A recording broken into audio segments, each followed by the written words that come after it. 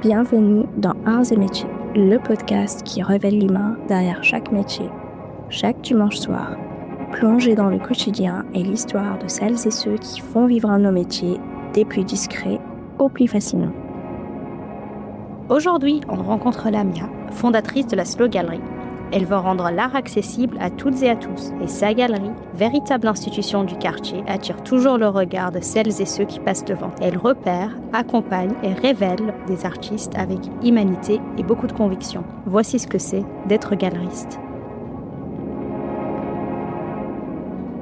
Bonjour, je m'appelle Lamia Magliuili et je suis galeriste de la Slow Gallery. Je dirige la Slow Gallery, qui est une galerie dédiée à l'illustration et aux arts graphiques depuis février 2014. Donc ça va bientôt faire 12 ans l'année prochaine. Comment êtes-vous devenue galeriste ? Alors, comment je suis devenue galeriste ? C'est un peu une longue histoire. Ça serait presque l'histoire de toute ma vie, mais si vous avez 5 minutes... Je vous en prie. Donc en fait, moi je viens d'un milieu complètement différent. J'ai fait des études scientifiques et j'ai fait des études en fait d'ingénieur télécom. Donc pendant 12 ans, j'ai vraiment voyagé, travaillé pour des grosses boîtes, Alcatel, France Télécom Mobile International, la RATP, tout ça. Et puis j'ai pris la tangente à un moment donné, voilà, parce que il y avait des plans de restructuration sociale, etc. Donc j'ai décidé de partir et j'ai par goût, parce qu'en fait l'art c'est quelque chose aussi, enfin ça rend, bon moi ça m'a toujours beaucoup nourri, mais tout, la littérature, la musique, et puis aussi évidemment les arts graphiques. Et je me suis reconvertie. J'ai pris une option, enfin voilà, j'ai fait une formation accélérée pour vieux, pour seniors. À l'époque j'avais 32 ans je crois. Et pour porter un projet qui était vraiment à 180 degrés de ce que je faisais avant et qui j'avais envie de faire autre chose en fait. Et j'avais vécu à un moment donné aux Émirats Arabes Unis où j'avais beaucoup voyagé dans les environs, en Iran, au Yémen, au Qatar, en Oman. Et j'avais envie c'est des cultures, notamment la culture iranienne, qui m'avait fascinée.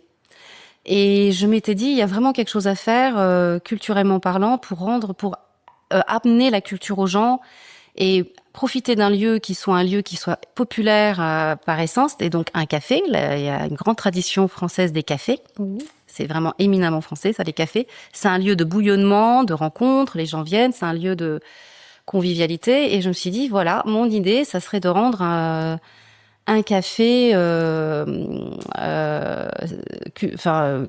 culturel et d'amener en fait ce sujet sur le brassage des cultures, etc., aux gens qui viennent juste manger, boire un coup. Et donc j'ai fondé mon café. C'était le sujet de ma reconversion en fait, que j'ai suivi pendant ces études de courte durée. Donc pendant 6 mois, j'ai construit un dossier. Et à l'issue de ces 6 mois, j'ai ouvert mon café qui s'appelait le Jam et qui était de l'autre côté de la place de la République. Là, on est donc au 5 rue Jean-Pierre Timbaud, près de la métro République. Et là, c'était rue Beaurepaire.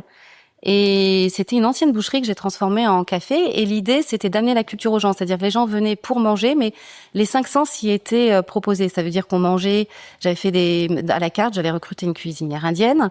À la carte, il y avait des tapas persans, afghans, ouzbeks. Donc j'avais une liste de 17 tapas que la cuisinière indienne et aussi des tapas indiens avaient appris à faire. Elle était géniale, cette cuisinière.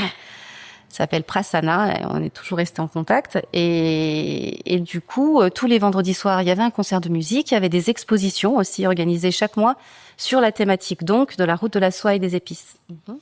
Et il y avait un cabinet de curiosité au sous-sol où les gens pouvaient s'offrir la vaisselle dans laquelle ils mangeaient en fait. Donc toute la vaisselle, je l'avais ramenée de Yazd en Iran, dans le sud, donc j'avais fait plusieurs voyages là-bas pour amener en fait tout mon équipement venait d'Iran. Et l'idée, c'était que les gens orientent leur regard différemment. Alors je sais pas, je suis pas iranienne, mais j'avais envie, de proposer quelque chose, de changer, de dérouter le regard des gens sur des cultures qui sont stigmatisées par une actualité politique difficile. Et en fait, la mayonnaise a pris. Ça veut dire que c'était plein. Tous les vendredis soirs, on faisait des concerts, pas forcément de musique iranienne, c'était aussi des musiques ouzbèques, il y avait des musiques arméniennes, aussi des musiques et forcément du Rajasthan indienne, etc. Il y avait aussi des ballets de danse. Donc le lieu était petit, mais il avait des configurations modulables. On mettait en place une scène au-dessus de l'escalier. Il y avait des fois des concerts animés. Enfin, il y avait des concerts dessinés. Je veux dire, il y avait le joueur de tabla qui déroulait et en même temps un dessinateur qui faisait des dessins qui étaient rétroprojetés sur le mur.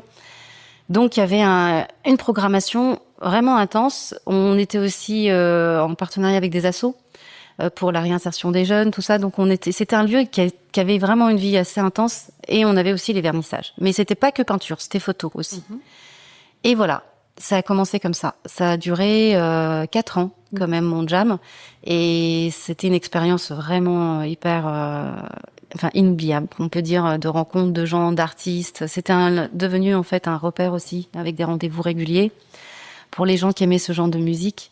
Et voilà, ça m'a beaucoup plu, mais c'est un métier qui vous essore complètement, la restauration. En fait, il n'y a pas d'horaire, en fait. Vous pouvez finir à 2h du matin. Enfin, voilà, c'était aussi un café, un bar. Donc, au bout, j'ai perdu 14 kilos. Oui, c'est très physique. Et c'est, voilà. Et effectivement, c'est un peu la mort dans l'âme, mais je m'en suis séparée au bout de 4 ans. Mais il est toujours ouvert, mais il n'y a plus du tout la thématique culturelle. C'est aux 3 rues Beaurepaire. Si vous voulez les manger, je pense que c'est pas mal, mais il n'y a plus de programmation culturelle. Et à l'issue de ça, effectivement, on est parti en bateau avec mon mari pour un peu faire le vide et le plein pendant 1 an. On a fait un tour de Méditerranée.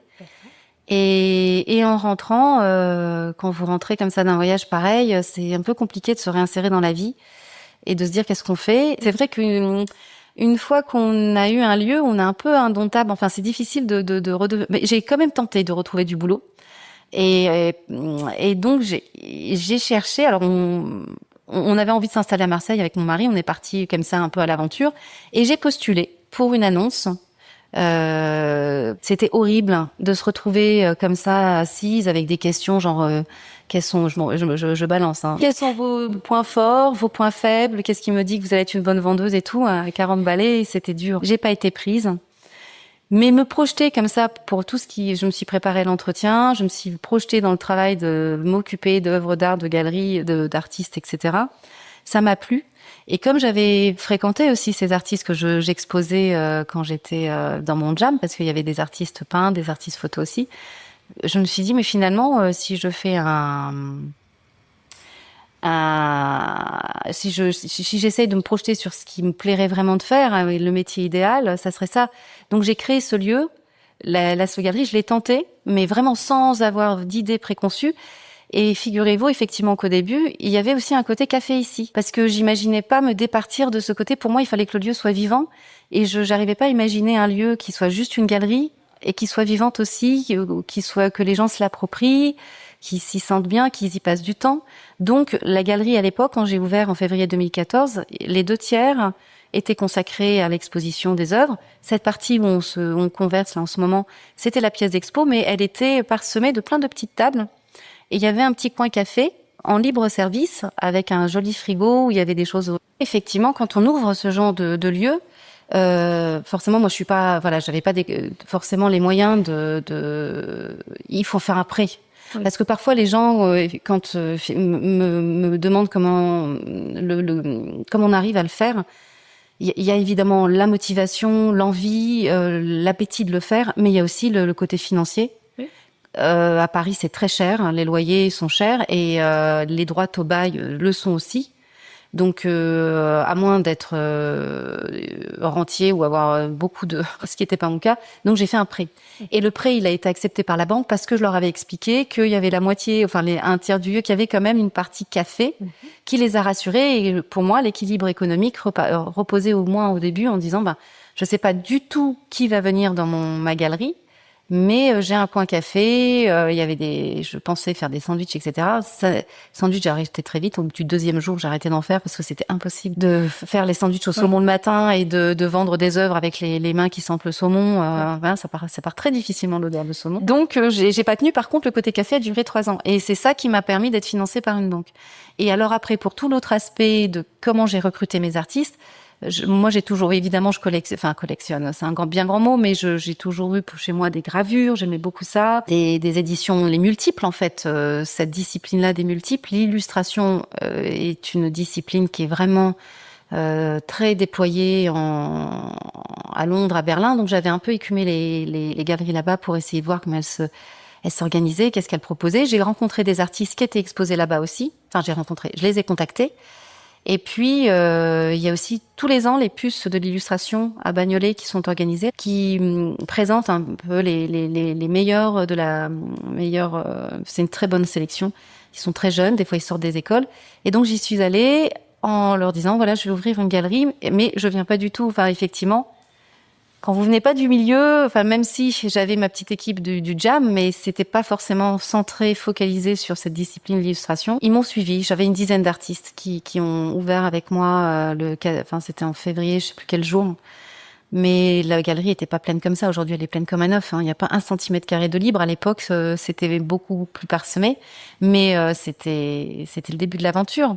Et en fait, vraiment ouvrir comme ça, je savais même pas si ça allait marcher.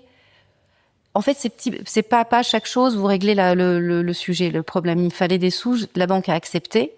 Ok, j'ouvre le lieu. Maintenant, j'ai mes artistes. Et en fait, le premier jour de l'ouverture, j'étais très impressionnée d'être là, en me disant, mais qui va rentrer, en fait? Est-ce que quelqu'un va fouler le seuil de ma galerie?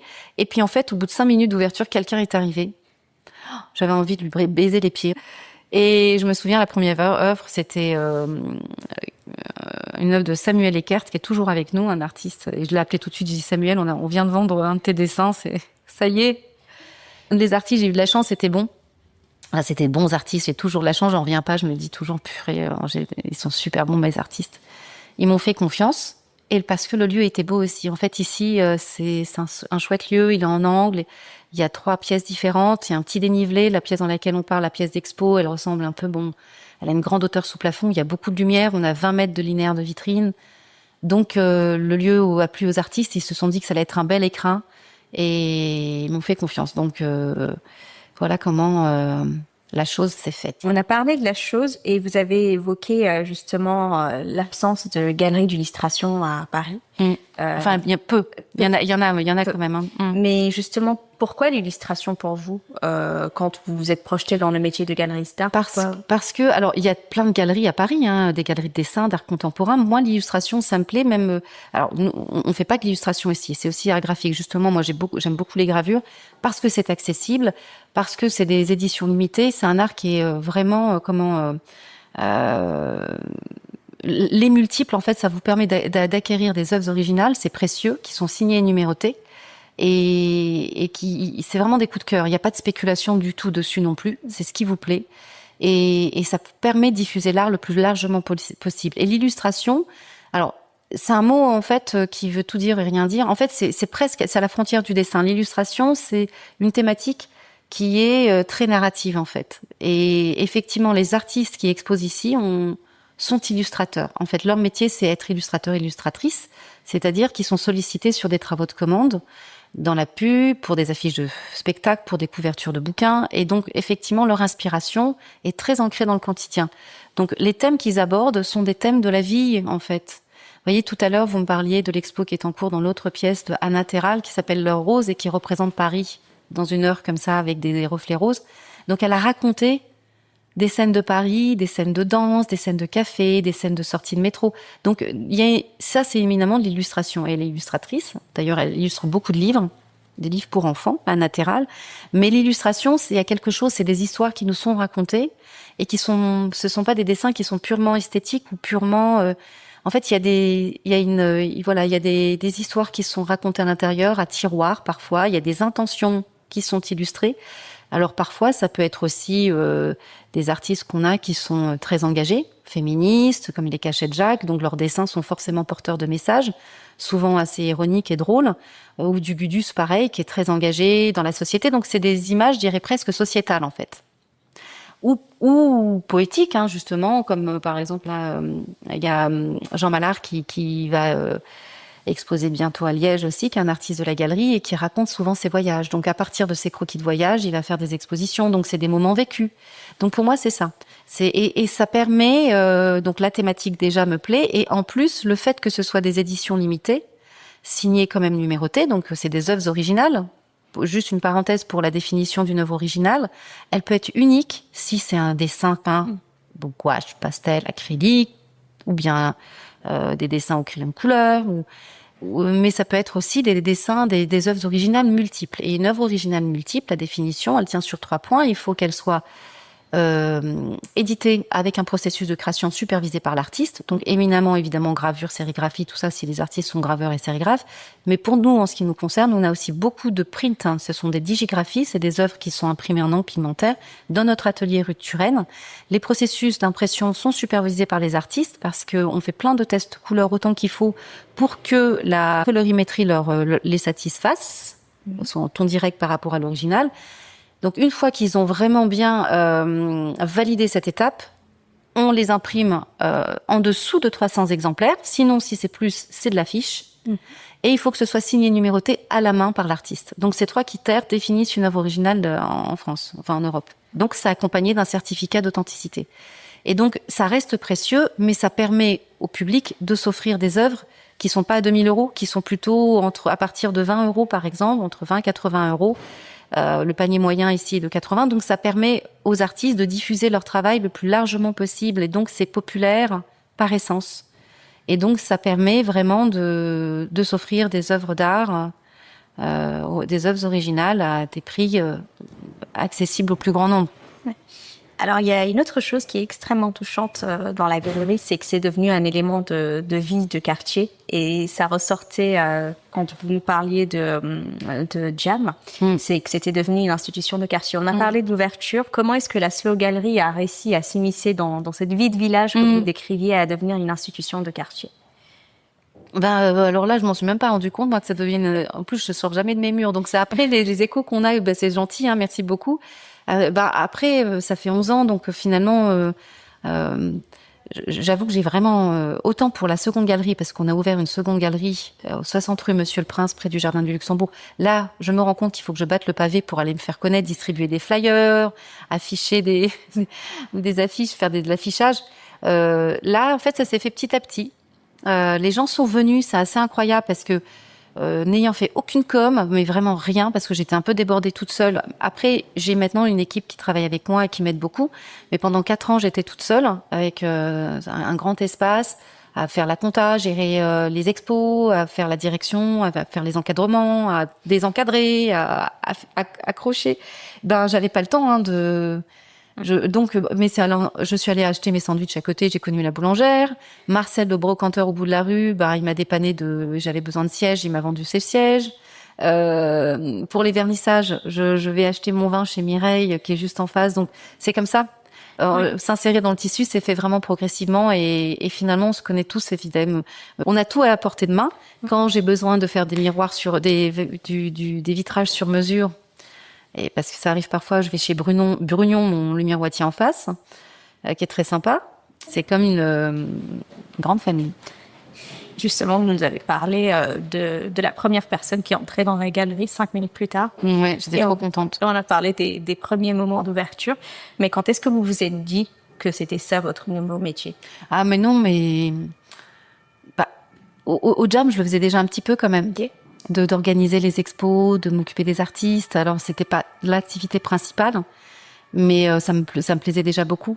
Et c'est pour ça, en fait, quand j'ai pensé à ce projet, parce que j'ai peut-être pas tout à fait répondu à les questions tout à l'heure, qu'est-ce qui m'a donné envie d'être galeriste, c'est que je me suis dit, je vais faire un Jam mais épuré de sa contrainte bar, café, qui vraiment vous essore. Et je vais faire une sorte de version où je vais développer beaucoup plus le côté galerie. Je vais faire quelque chose avec des horaires vraiment à taille, humainement beaucoup plus facile à vivre. Et puis de développer le côté moi qui me plaisait le plus au Jam, qui était le côté galerie. Donc je savais déjà que ça me plaisait moi de m'occuper de ça, de monter les expos, de choisir, de faire mes sélections. Et puis voilà, après, finalement, quand c'est votre lieu, c'est comme quand on était sur le bateau, vous ajustez les voiles, c'est vous qui êtes maître à bord, en fait. Ouais. Et avoir un lieu, c'est assez grisant, parce que vous faites ce que vous voulez. Et donc, voilà, ça m'a plu. Enfin, il faut aimer avoir un lieu aussi. Hein. Et ça, c'est la chose, parce que quand vous avez un lieu, il faut vraiment vous contraindre au lieu. C'est-à-dire qu'il y a des horaires à respecter, quel que soit votre état de santé, votre état mental, il faut y aller. Ça devient votre bébé, en fait. Et moi, ma galerie, c'est mon bébé tout de suite. Je me suis dit, il faut que ça marche, il faut que je m'en occupe bien. Il faut, vous y réfléchissez toujours à qu'est-ce qu'il faut faire pour que ça marche mieux. Si il y a des journées où je vendais qu'une carte postale, panique à bord, en me disant, mais ça, c'est pas possible, comment je vais m'en sortir? Et puis, en fait, ce qui s'est passé, c'est qu'assez rapidement, c'était une pharmacie avant. D'ailleurs, il y a encore le signe du caducée qui est sablé sur la porte d'entrée là-bas. Et le pharmacien nous a vendu, c'était son bail en fait, mais il a vendu les murs. Donc au bout d'un an, il nous a proposé de les acheter. Donc quand on vous propose ça, donc la banque a suivi une deuxième fois. Et alors j'ai un prêt jusqu'à la fin de mes jours. Vous travaillez pour acquérir les murs, donc vous dites purée, vous avez comment vous dites, une obligation de réussir. En fait, il faut vous arracher, en fait. Donc, c'est beaucoup de travail, évidemment. Mais ça vaut le coup.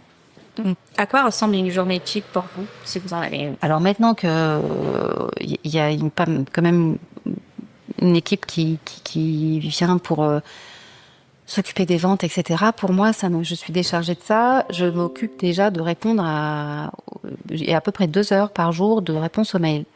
Parce qu'on a plus de 140 artistes désormais. Alors, vous imaginez la grande famille que c'est. Donc, qui ont tous des questions, des sollicitations et donc aussi des œuvres à nous proposer. Et aussi, plein de questionnements. Il y a aussi toutes des fois les factures à payer, etc. Et puis l'organisation de leurs expositions, parce qu'on fait une exposition par mois. Donc en fait, ça va assez vite. Et maintenant qu'on a un deuxième lieu, on greffe dessus. On fait aussi des expositions là-bas. Alors beaucoup moins fréquemment, on fait des ateliers aussi là-bas. Donc toute la vie, en fait, événementielle doit s'organiser, se préparer. Donc il faut logistiquement la préparer et il faut aussi communiquer. Donc je dirais qu'une journée type, c'est beaucoup de réponses aux mails, beaucoup de paiements de factures, de l'administratif, des commandes de matériel. On a un nombre de fournisseurs incroyable entre l'emballage, les cadres, le scotch, la pâte à fixe. Bon, ça, je plaisante un peu, mais bon, on a beaucoup de livraisons tout à l'heure. Justement, je pensais qu'il y avait un appel. On a des livraisons parce qu'on a aussi un atelier d'impression. Donc, il y a tous les passages des artistes aussi. Alors, je les coordonne pas moi forcément, mais effectivement, de savoir telle nouveauté, il faut la sortir en plus. En plus, là, il y a Noël. Hein. Oui. Noël, c'est notre carte à jouer. Il faut qu'on propose, on sorte tous nos jouets justement. Donc, on veut des nouveautés. Donc, c'est contacter tous les artistes. Donc, c'est beaucoup de rencontres avec les artistes. Là, tout à l'heure, je vais de l'autre côté de la scène et j'en rencontre une. Voilà, c'est beaucoup ça dépend des jours, mais effectivement, beaucoup d'échanges avec les artistes. C'est un peu, finalement, même s'ils sont 140, on se connaît bien et on se voit quasiment tous les jours, pas tous en même temps, mais c'est beaucoup d'échanges et d'organisation, d'anticipation et de préparation d'événements. Et quand vous arrivez justement au travail, à part le lever de rideau, quel est le premier geste ou rituel que vous faites? Je regarde la vitrine. Je regarde si tout est OK, si les étiquettes sont en place, s'il n'y a pas de cadres qui se sont décalés, voilà. Je regarde, et s'il n'y a pas eu de tag, s'il ne faut pas repeindre derrière, si tout est nickel, ouais. Parce que c'est le premier contact que les gens ont de l'extérieur, il faut que la vitrine elle soit impeccable. Donc je fais le tour de ma vitrine un peu comme un gardien. Vous devez la connaître par cœur. Ouais, je l'aime beaucoup cette galerie. Mais l'autre aussi, c'est difficile, il faut que j'apprenne elle est nouvelle pour moi, l'autre galerie. On est vraiment dans, déjà, un commerce en angle, il y a quand même assez de brouhaha de la rue. Donc, on est vraiment on est très proche de la rue aussi, en fait, même si c'est un peu un coin de tranquillité. C'est vraiment ce que je voulais. Je voulais qu'on sorte de la frénésie urbaine et qu'on soit dans un endroit calme. Donc là, on voit des fois il y a des manifs, on est vraiment dans le brouhaha de la rue ici. Donc l'agitation, dès qu'on rentre, c'est calme, ça se pose. Donc il y a vraiment un contraste assez saisissant. L'autre galerie côté Luxembourg, elle est beaucoup plus au calme en fait. Elle est déjà en retrait et il y a le jardin pas loin, donc il y a quelque chose de plus contemplatif peut-être. Qu'est-ce qui surprend toujours ceux qui découvrent votre métier ? C'est l'accessibilité, c'est le fait que ce soit. Alors, on se démarque beaucoup et de façon intentionnelle avec le côté élitiste des autres galeries. c'est des galeries, évidemment. Vous savez, tout ce milieu du commerce de l'art, la FIAC, etc. On est à 180, enfin vraiment aux antipodes. Et l'idée, c'est que on soit très proche de nos artistes et très proche des gens en général. En fait, il y a aucune, enfin voilà, c'est le côté démocratique, populaire, voilà, que ce lieu il soit pour tout le monde en fait, que tout le monde s'y sente bien. C'est le côté, comment dirais-je, simple.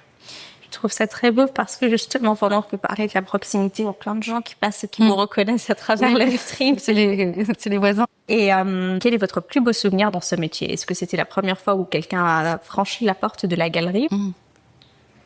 Bah, je pense que, alors plus beau, un souvenir marquant c'est que effectivement, je suis tellement la tête dans le guidon.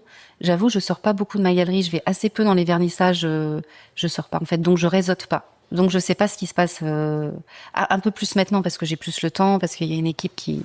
Mais pendant les premières années, j'étais vraiment là à assurer l'essentiel. Il fallait que payer mes créanciers. Je me suis pas payée pendant 4 ans. Je me disais purée, il faut que ça marche, il faut que je m'en sorte. Donc j'étais tellement focalisée sur l'organisation que je me rendais pas compte de ce qui se passait autour. Et un jour, il y a une école d'art qui est venue pour regarder l'expo qui était en cours. Et ils m'ont dit, mais vous savez, la Slow Gallery, en fait, on en parle comme étant une galerie où il y a des belles choses qui sont montrées avec des très bons artistes. J'étais tellement contente parce que je m'en étais pas rendu compte en fait. Je savais pas le rayonnement que pouvait avoir évidemment puisque je sors jamais.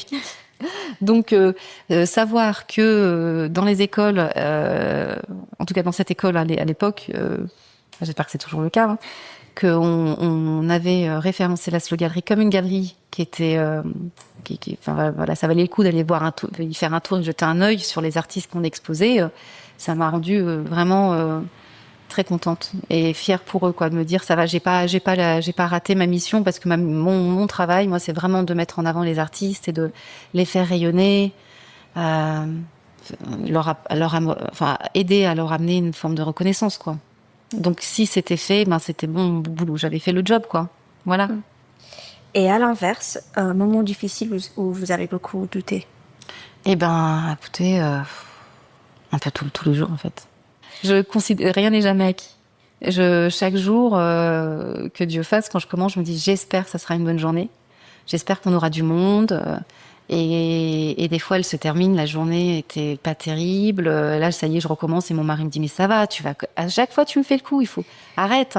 Mais si la journée, si le vernissage ou bien voilà, si la journée s'est pas bien déroulée, je remets tout en question. Je me dis ça y est, parce que c'est pas évident une galerie parce que dans le modèle que nous avons, il faut qu'on ait du monde qui passe tout le temps. Il faut que les gens aient envie, qu'il y ait un enthousiasme. Et si les gens viennent pas, qu'ils nous boudent, je suis malheureuse en fait. Je me dis mais ça y est, c'est fini parce qu'on n'est pas une boulangerie, on n'est pas un coiffeur. Parce que de vous qui avez interviewé déjà quelques corps de métier, il y a des métiers où évidemment il y a une fréquentation qui est évidente parce que il y a une répétition dans le motif. Il faut que les gens achètent leur pain, il faut qu'ils aillent se faire couper les cheveux parce qu'ils poussent les cheveux, mais on n'a pas besoin d'aller s'offrir une œuvre d'art tous les jours. Donc effectivement, je doute tous les jours. Et je suis très reconnaissante à mes artistes évidemment parce que c'est grâce à eux qu'on existe et inversement, je sais, mais quand même, je les aime beaucoup. Et je suis reconnaissante aussi aux clients qui viennent. À chaque fois, je vais leur dire merci d'être passés. Vraiment, c'est hyper important de participer à ça, quoi, d'encourager les artistes et de venir.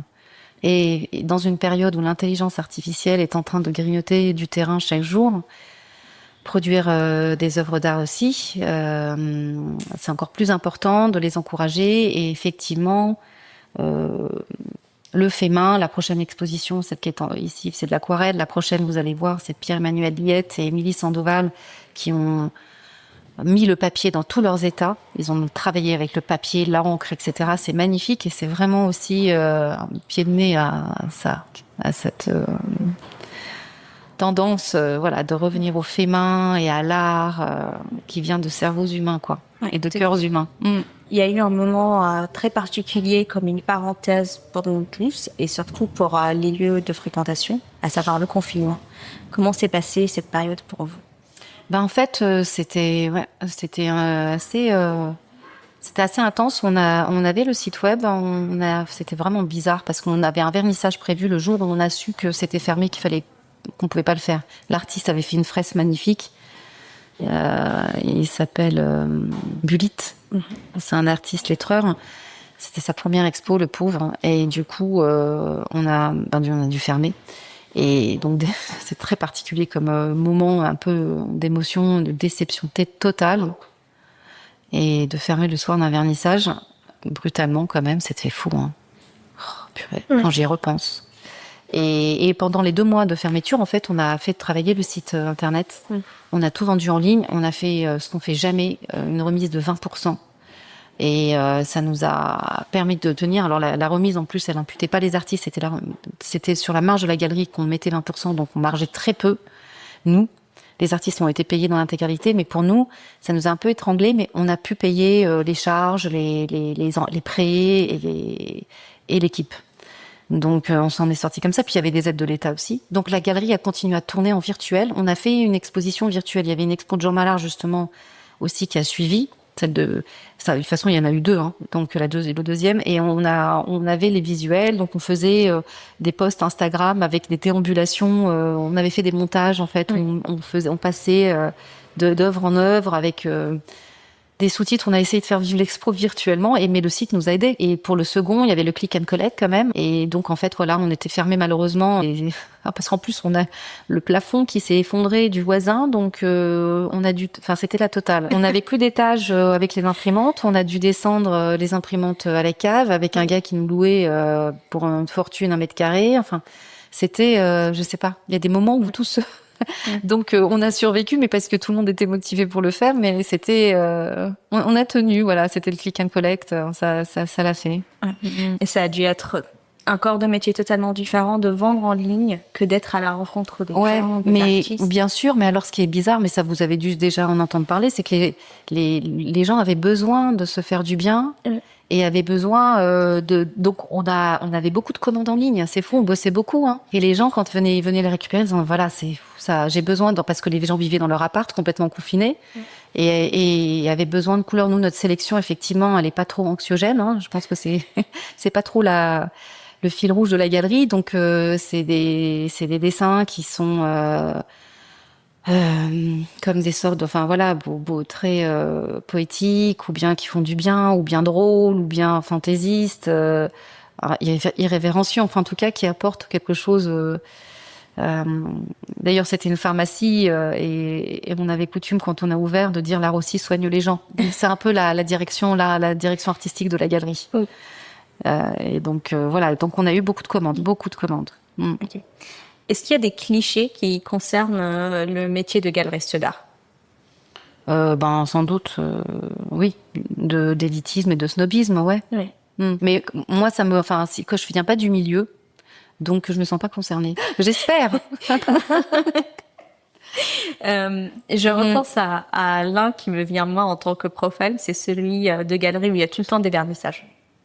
Ah oui. Ah ouais, moi je fais ouais, c'est vrai. Oui. Il y a toujours des vernissages aussi, ça c'est vrai. Vous avez lancé votre podcast qui s'appelle La Bonne Aventure. Comment ça s'est inséré dans votre métier de galeriste et comment est venue l'idée et le cheminement de ce podcast? Alors ce podcast, oui, je pense que ça fait presque 3 ans maintenant qu'on fait. C'est Lilywood qui l'avait inauguré avec sa seconde exposition qui s'appelait Sous le vent. Et on s'est demandé quand on l'a commencé pourquoi on n'y avait pas pensé plus tôt. Parce qu'on a quand même une grosse équipe d'artistes bien touffus. Et on organise un vernissage chaque mois avec l'un d'eux. Des fois, c'est des expositions collectives, mais souvent solo. Et de mettre une voix sur un... Alors, ce podcast, La Bonne Aventure, justement, est destiné... On interroge les artistes le matin de leur vernissage pour leur demander qu'est-ce qu'ils ont voulu nous raconter dans cette exposition. Parce que les expositions, forcément, c'est des expositions d'œuvres inédites qui sont construites autour d'un thème cher à l'artiste.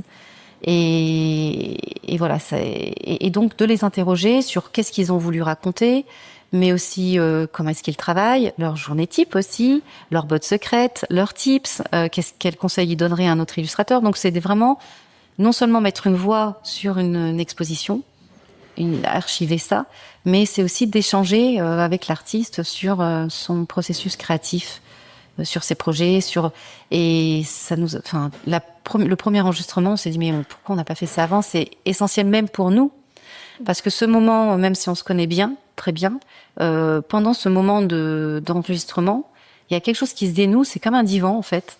On est parmi les œuvres de l'artiste. Souvent, il y a une émotion aussi qui surgit parce que on collecte les œuvres au fur et à mesure pour les encadrer quand on commence à monter l'expo. Et puis, le moment de l'enregistrement, c'est le matin du vernissage, tout est prêt. Et l'artiste se retrouve comme ça, entouré de ses œuvres. Et il y a quelque chose, la parole se délie et il y a quelque chose qui vient très naturellement. Et on apprend des choses, qu'on connaissait pas, alors qu'on discute beaucoup, mais c'est un moment vraiment très particulier. Et voilà. Et ça nous apprend, nous, après on est chargé de faire la médiation culturelle de cette exposition. Donc toute l'équipe est engagée à l'écouter, mais évidemment, pour connaître et savoir qu'est-ce qu'elle nous raconte, les anecdotes, on essaie de focaliser sur telle ou telle œuvre, quelles histoires sont particulières pour tel ou tel dessin. C'est hyper intéressant. Et à la fin, on tire une carte de tarot. Alors on l'a appelée la bonne aventure pour deux raisons, parce qu'une exposition est une aventure. Déjà, le mot exposition, c'est s'exposer. Pour un artiste, c'est vraiment mettre à nu quelque chose de très intime. Et donc c'est une aventure en soi. Il y a toujours beaucoup d'émotions. Parfois, ça arrive assez rarement, mais on l'a pas enregistré le matin même parce qu'il y avait trop de charges pour l'artiste. Déjà, le vernissage le soir, le matin, le podcast. Donc, on sent à quel point il y a un engagement, une émotion pour ce moment précis. Et puis, donc, c'est une aventure, une exposition. Et puis aussi, parce qu'à la fin, on les interroge sur leurs projets, leurs rêves, et on conclut par le tirage du tarot de Marseille, de l'ancien tarot de Marseille. Ça se voit qu'il y a un tirage de tarot qui se fait dans cette galerie parce que vous avez posé une question que j'allais vous poser. Je le vois dans l'avenir. Exactement. Quel conseil donneriez-vous à quelqu'un qui a envie de se lancer dans le métier de galeriste? Ah, de galeriste. Ah oui, on l'a demandé souvent. Eh ben, il faut le faire à sa façon. Enfin, ça dépend effectivement, il y a autant de galeries que de galeristes, je pense. Mais je pense qu'il faut suivre son intuition et le faire à sa façon, avec sa sensibilité, de suivre aussi son intuition et ne pas hésiter à sortir aussi des chemins battus, parce que de se faire confiance, voilà. Mais de faire aussi son miel de toute fleur. Je sais qu'avant d'ouvrir ici, j'avais plein de mises en garde, mais à juste titre, de ma famille, de mes amis. On disait, ça, pourquoi ouvrir une galerie, tu sais que c'est difficile, en vivre c'est compliqué. Et donc prendre aussi compte, tenir compte de tout ce qu'on peut dire dans son entourage, mais aussi de suivre, de se faire confiance et d'y aller, quoi. De vraiment parce que il y a tellement d'artistes. Alors, je sais qu'à Paris il y a beaucoup de galeries. Je crois que c'est la ville évidemment qui a la concentration la plus élevée de galeries. Mais il y a aussi beaucoup d'artistes qui ont besoin d'être représentés, et il y a peut-être pas assez de galeries d'illustration, j'en sais rien. Mais je dis pas qu'il faut s'installer à côté de chez moi. Je veux dire à Bordeaux, par exemple, Marseille. Non, je blague, mais et nous, au bout d'un moment, on peut plus accueillir on n'a pas assez de place. Donc voilà, ça serait bien. Ouais. Voilà, et donc de suivre son intuition et d'être organisé. Ouais. Parce que l'illustration, en tout cas, s'il faut parler de galerie d'illustration, les galeries d'œuvres uniques, c'est autre chose. C'est vraiment un autre métier. Ouais. Parce que c'est des œuvres uniques. Les galeries de peinture ou de dessin, etc., qui représentent une petite équipe d'artistes, et c'est complètement différent. C'est un modèle économique différent. Ça fonctionne par réseau d'acheteurs. Il faut faire des soirées pour faire venir les gens. Il faut faire des mailings avec vraiment un carnet d'adresses, etc. C'est pas du tout la même façon de fonctionner. Nous, on est une galerie où on fonctionne sur le flux. Les gens rentrent. C'est des coups de cœur. Bon, évidemment, maintenant, on a aussi un carnet de contacts, mais la galerie d'illustration nécessite effectivement d'avoir beaucoup d'artistes, beaucoup d'œuvres, et donc intrinsèquement une organisation au cordeau. En tout cas, nous, tout est informatisé. Enfin, c'est la colonne vertébrale de la galerie. On pourrait pas fonctionner avec une telle rigueur. Tous nos stocks sont tenus. Enfin, ça serait impossible si tout n'était pas informatisé. Donc, il faut anticiper ça avant. On note pas les ventes sur un bout de papier, quoi. Est-ce qu'il y a une tradition, un savoir-faire que vous avez envie de préserver? Ben oui. Ben ici, justement, ça fait partie des spécificités de la galerie de présenter aussi beaucoup d'œuvres qui sont réalisées à la main. Donc évidemment les œuvres uniques, parce que je parlais beaucoup de multiples tout à l'heure, mais on a le fait main. Justement depuis le confinement, il y avait une tendance peut-être au flat design ou bien au dessin numérique. Il y a vraiment une tendance qui s'inscrit maintenant très profondément dans les habitudes des artistes et puis dans aussi le goût des jeux, le goût du public. C'est dans les œuvres qui sont réalisées à la main, les crayonnés, voilà. Donc ça, c'est de le mettre en avant. Et puis aussi dans les multiples qu'on présente, on n'a pas que nos tirages qui sont réalisés dans notre atelier virtuel, on a beaucoup de gravures. On a toute une équipe, on a la chance d'avoir des artistes qui sont vraiment la figure de proue la représentait la jeune génération d'artistes graveurs, Cécile Bazek, Fanny Perret, Jeanne Pic, Hélène Glowinski en gravure sur bois. On a aussi des artistes brodeurs, La Filature, qui est un artiste magnifique que vous connaissez peut-être, qui a beaucoup de succès. Héloïse Fleury. On a aussi des artistes céramistes. Alors c'est la spécificité de l'autre galerie à Luxembourg de représenter beaucoup de céramique en fait. Donc forcément faite main. Et donc on a Anne Breton, Floriane Saint-Sébastien qui travaille ici, qui fait de la céramique aussi, Camille Framboré. Voilà, donc le fait main, évidemment. Qu'est-ce que ce métier a changé en vous comme personne? J'avais espoir qu'elle me calme un peu, parce que je me dis, voilà, je l'appelais slow. Moi-même, je me mets dans un rythme lent. Donc ça n'a pas changé. Mais qu'est-ce qui a changé? Peut-être que la chose, c'est que, évidemment, travailler avec énormément d'artistes, c'est le regard que j'ai sur l'art, qui s'est beaucoup, qui s'est ouvert, parce que j'avais évidemment des goûts assez précis, mais avoir une galerie, ça veut dire qu'il faut l'ouvrir à plein de tendances et d'aimer beaucoup de choses, en fait. Si je m'étais écoutée il y a 15 ans, j'aurais peut-être eu une sélection vraiment très, très, très ciblée autour des mêmes sujets ou des mêmes... voilà, mais là, d'essayer d'ouvrir et d'ouvrir en fait le regard et d'apprécier, en fait, d'avoir un regard très vaste en fait sur la beauté des choses et la beauté de ce que peuvent créer les artistes en fait. Et il me fascine en fait. Je suis hyper impressionnée par la multitude de talents, d'inspiration, de technique et de singularité. En fait, l'idée ici, c'est vraiment de les choisir comme ça. Et vraiment de se dire ça. Et parfois aussi, le regard, il s'éveille par le goût du public, parce qu'il y a des fois des choses où j'étais un peu stupéfaite, en fait, un peu perplexe, en me disant, quand même, c'était très étrange. Et en fait, de voir que les gens disent, mais c'est énorme, c'est profond, et je dis, bon, et du coup, de me nourrir et de me dire, mais c'est vrai. Ouais. Et d'avoir, voilà, cette ouverture d'esprit et ouverture du regard. Ça fait partie du travail aussi, en fait. Justement, on est entouré de belles images et je voulais savoir si votre métier était une image, laquelle ce serait? Si notre métier était une image... moi, j'aime bien l'image de l'arbre. Ok. J'aime bien les arbres. Et puis l'arbre, parce que c'est une représentation qui est assez récurrente finalement. Tous les artistes aiment dessiner les arbres parce que on a tous envie et besoin d'un arbre en fait. Oui. Et du coup l'arbre, il a à la fois ses racines qui sont profondément ancrées. Alors ça dépend comment l'arbre est dessiné, mais l'arbre il raconte tout. Oui. Il raconte par ses racines qui puisent en fait dans le sol, donc il se nourrit s'il a besoin de se nourrir, il a besoin de s'élancer vers le ciel.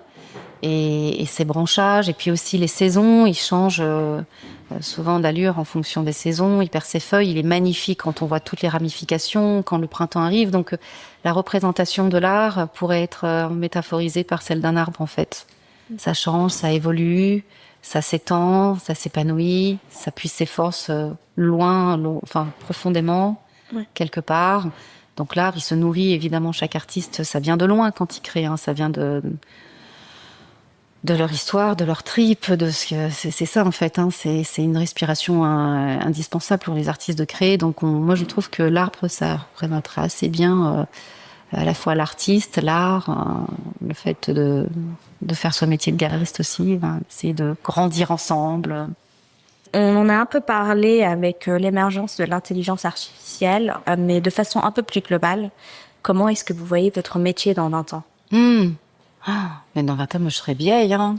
Moi, j'aimerais penser que, justement, de toute façon, on avance dans l'inconnu. Il faut être OK que l'intelligence artificielle, ça va être partout. Et ça avance tellement vite, et puis ça se nourrit de tout. Hein, donc, puis ça va se nourrir de mieux en mieux et de plus en plus vite. Donc, on va avoir bientôt des œuvres, parce qu'aujourd'hui, le sujet, c'est de se dire oui, mais le fait main, l'erreur, quand on trébuche dans un dessin, il faut en faire quelque chose. Là, de la prochaine exposition, il y a toujours des petits, on appelle ça des crashs illustrés quand un dessin, tout ne s'est pas passé comme prévu. Du coup, le dessin, il y a une tâche, machin, on la transforme en lune, etc. L'intelligence artificielle n'aura pas ça, mais ça se trouve que si. Peut-être que ils vont être capables de faire aussi des erreurs, justement pour. Donc 20 ans sans création, mais je pense que la création, par contre, pour faire est nécessaire pour se sentir bien. Donc les artistes, je leur souhaite de continuer d'exister en fait, parce que c'est nécessaire de créer. Tous les artistes qui sont exposés ici, si certains sont en reconversion, n'ont pas fait d'études académiques, mais avaient besoin, ça devait sortir. Donc c'est une nécessité la création. Et puis c'est propre à l'humain. Enfin, je pense qu'il y a quand même d'autres races animales, d'autres espèces qui sont capables de créer, sans doute. Hein. Faut faire les études, tout ça. Je pense que les chimpanzés, mais quand même, c'est éminemment humain de créer. Donc, ça va de rester un besoin. Et du coup, j'espère que ce besoin, va avoir un écho et que va trouver des gens qui vont continuer à encourager ce besoin de création. Et voilà, j'espère qu'il existera toujours dans 20 ans. On va rester sur la thématique de l'avenir. Quand vous repenserez à ce métier dans 20 ans, qu'aimeriez-vous qu'on retienne de vous? Non, mais ça m'angoisse trop. Pas d'avoir aidé les artistes, d'avoir apporté ma petite pierre à l'édifice de leur rayonnement. Voilà, d'avoir participé à ça positivement. Merci d'avoir écouté Arts et Métiers. Si cet épisode vous a plu, vous pouvez vous abonner au podcast et laisser 5 étoiles.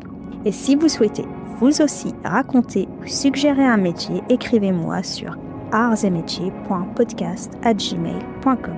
On se retrouve dimanche prochain pour un nouveau métier et pour une nouvelle personne.